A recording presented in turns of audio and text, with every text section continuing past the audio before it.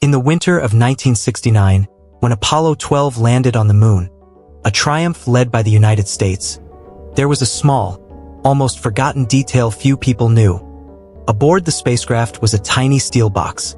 Inside it were hundreds of letters written by believers across America. Prayers, words of gratitude, and whispered wishes signed with hope and faith in God. No one on the crew quite knew why it was there. It had no scientific purpose, no measurable data to send home.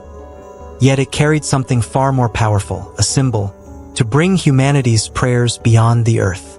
When the mission ended and the spacecraft turned back toward home, a small accident occurred.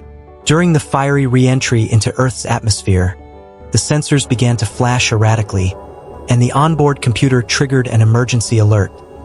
The astronauts tensed. At NASA's control center, engineers scrambled to stabilize the ship, balancing heat, pressure, and the dwindling fuel supply. If the systems failed, the spacecraft could burn apart or shatter before reaching home. Amid the chaos, numbers spinning wildly across glowing screens, the commander leaned back in silence. No one noticed as he lowered his head, and in that moment of suspended breath, he whispered a single prayer. "Lord, if you are out there, please bring us safely home." Seconds passed. Then the screens flickered and steadied. The red lights turned green. The temperature dropped. The readings aligned back into the safe zone.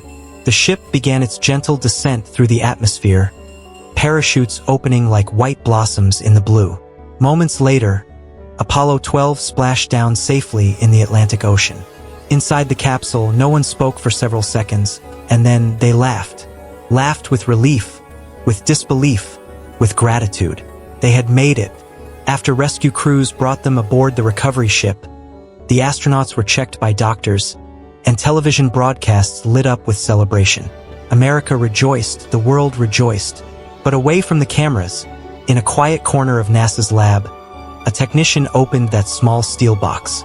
He expected nothing unusual. Yet among hundreds of sealed envelopes, one letter had come loose, its flap slightly open, as if someone or something had already read it. On that single sheet of paper were words written in trembling handwriting.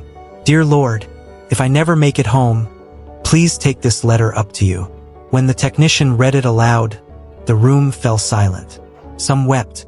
A simple note written by an anonymous believer had traveled all the way into the heavens, and somehow it had come back.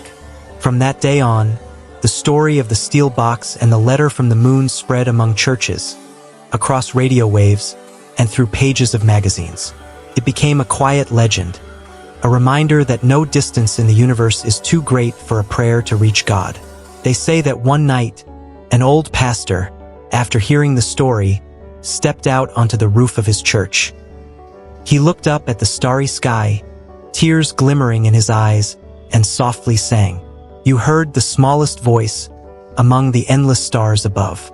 If you could hear that prayer, Lord, then please hear this one from my heart." Years later, a group of young believers created a project called Letters to the Stars. They invited people to write down their prayers, place them in wish boxes, and post photos online with a message. Every word you write, God can hear.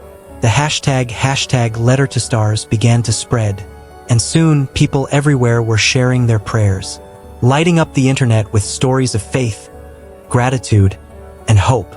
No one could ever prove whether those prayers truly reached the heavens. But every time someone looked up at the night sky, at the stars, the galaxies, the quiet immensity, they felt something deeper, that if a small human prayer could find its way into the universe, then surely God could hear it, and perhaps that alone was enough for people to believe again, pray again, and hope again.